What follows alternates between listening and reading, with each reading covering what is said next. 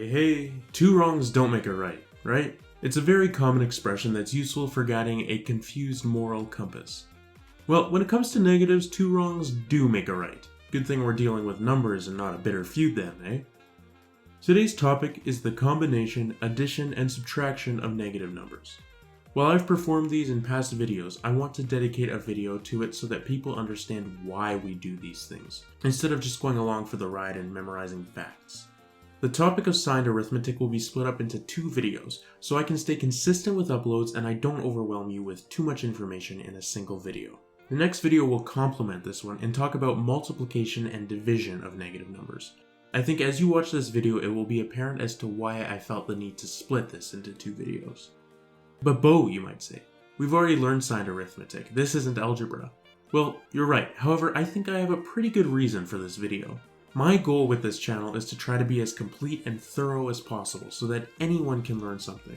This means I needed a good entry point, which is why I started with algebra in the first place. While a lot of my viewers will inevitably be students who've already learned how to do signed arithmetic, I want to make sure my content is also accessible to people who've been out of school for years. Additionally, I think that dedicating some videos to review fits with the fundamentals part of fundamentals of algebra, since they are foundational to the field. That being said, because it's part of the series, I'll be sure to use a little bit of algebra in the examples for further practice. The next few videos might be a review of prerequisite topics to algebra, but I will combine it with the algebra we've already been doing, and perhaps I'll present a topic from an angle you've never even considered before. Enough justification, let's get into it.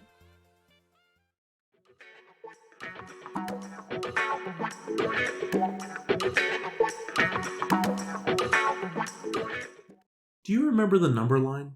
It allows us to pictorially represent numbers in a natural way where they are ordered along a line. And it's an incredibly useful tool. Before we use it to look at the arithmetic operators with the number line, let's look at the symmetry between positive and negative numbers. Pick any positive number you'd like. I'll go with 6. If we locate 6 on the number line, we see that it is 6 units away from 0. If we were to start at 0 and go 6 units in the opposite direction, we'd end up at negative 6. We can see that 6 and negative 6 are the exact same distance from 0. Or another way to put it, 0 is exactly halfway between 6 and negative 6. By adding the minus sign in front of a number, we don't change how many units away from 0 the number is, but rather we change the direction that we go to get to that number. By adding a minus sign to the 6, instead of going 6 units to the right from 0 to get to 6, we went 6 units to the left, and that got us to negative 6. So what if I add negative 6? Well, we know that negative 6 is 6 units to the left of 0. If we add another minus sign in front, that means we aren't changing the distance from 0, but rather we are changing the direction we go from 0 to get to this number. So instead of going 6 units to the left of 0, we have no choice but to go 6 units to the right to get to negative 6. However, this is the exact same thing as 6. You might have learned that 2 negatives in front of a number means that they cancel to make it positive, and this is why. We can clearly see that if we can only go left or right of 0, changing the direction twice will be the same as not changing it at all. So what if we add negative 6? Well, we know that negative 6 is 6 to the left of 0, negative 6 thus has to be 6 to the right of 0, and therefore negative 6 has to be 6 to the left of 0, which is the exact same thing as negative 6. Thus we can see that negative 6 is negative 6. You might start to notice a pattern forming here. Take a moment to try and see what that is. Well, if we have a 6, it's 6 to the right of 0. If we have minus 6, it's 6 to the left of 0. And if we have minus 6, it's 6 to the right of 0. And if we have minus 6, it's a lot of minuses, but it's 6 to the left of 0. The pattern from this is that if there is an even number of minus signs in front of the number, you don't have to change the direction you go from 0. If there is an odd number of minus signs in front of the number, you change the direction you go from 0. For example, this has 7 minus signs. Count them if you want. 7 is odd, so that means we change direction from our original 9 to the right and go 9 units to the left, which gives us negative 9. This has 10 minus signs. 10 is even, so that means we don't change our direction and go 1 unit to the right of 0 to get positive 1. All you really need to know from all this is that an even number of negatives cancel out, and that an odd number of negatives leaves one negative left over. But beyond the result, I hope you understand why this is the case.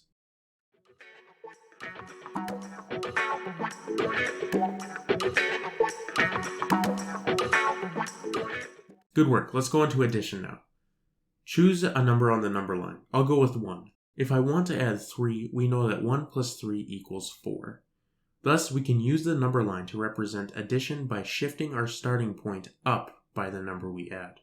For example, if we start at 2 and want to visualize 2 plus 1, we shift our starting point of 2 up 1 unit, which gives us 3.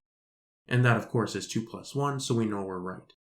Let's look at subtraction now. If we started at, let's say 1 again, but this time we want to subtract 3 from 1. We know that 1 minus 3 is negative 2. If we go down 3 units from our starting point, we land at negative 2. Thus, we can use the number line to represent subtraction by shifting our starting point down by the number we subtract. For example, if we start at 4 and want to visualize 4 minus 3, we shift our starting point of 4 down 3 units. This takes us to 1, which is 4 minus 3.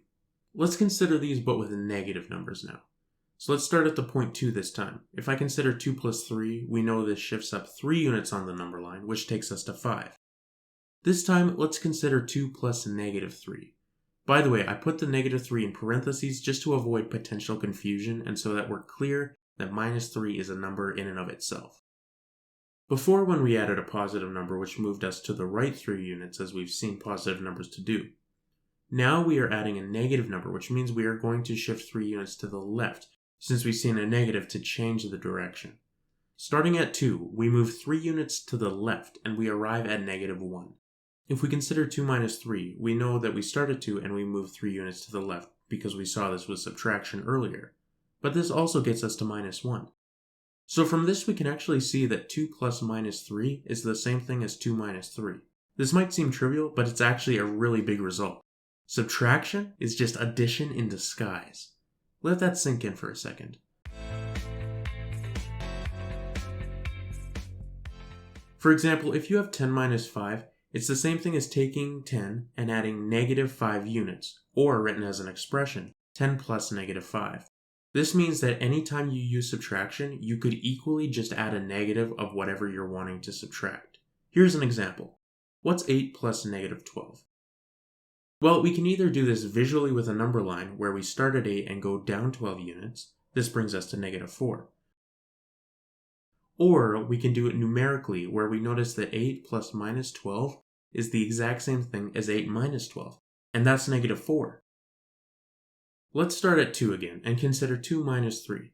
We know this means we start at 2 and then shift down 3 units. What do you think would happen if we had 2 minus negative 3? Well, instead of shifting down 3 units, the extra negative means that we have to go in the opposite direction, and we'll shift up 3 units. This is just the same thing as adding 3 though. So we can see, via the number line, that 2 minus negative 3 equals 2 plus 3, which is 5. So we can see that subtracting a negative number is the same thing as adding the positive version of that number. Try out this example. What's minus 2 minus negative 4 plus negative 1? We can use the number line to start at negative 2. Then subtract negative 4 units, which means we go up 4 units, which takes us to 2. Then we are adding negative 1 units, which means we go down 1 unit, and that takes us back to 1. Alternatively, we can solve it numerically by seeing that negative 2 minus negative 4 is the same thing as minus 2 plus 4, which is 2. Then we are adding negative 1, which is the same thing as subtracting 1. So 2 minus 1 is 1.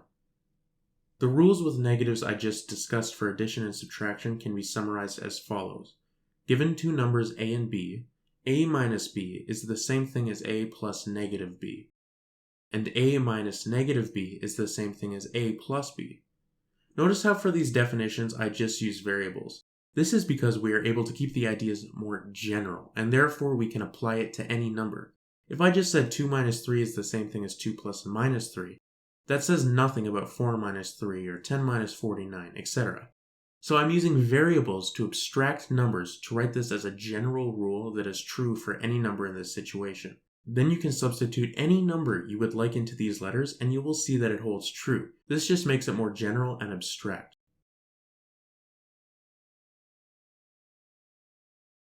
With the number lines, I hope you understand why these rules make sense. Let's just do one last example for practice.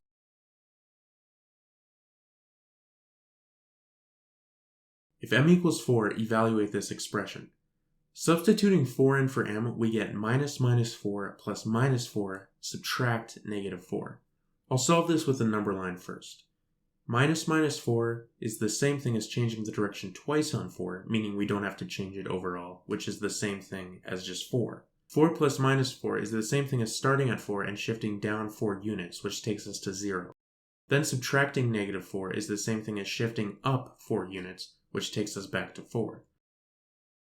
And now let's solve this with numerical methods. We know that minus 4 is the same thing as 4, since there are an even number of negatives, which get cancelled out. 4 plus negative 4 is the same thing as 4 minus 4, which is 0. Then if we consider 0 minus negative 4, we know that subtracting a negative is the same thing as addition, which means that we are actually considering 0 plus 4, which is 4. We see that we get the same answer, so these methods are equally as valid for you to do. I encourage you to try this out with different values of m, and you might notice a pattern starts to form. See if you can find out what it is and let me know in the comments.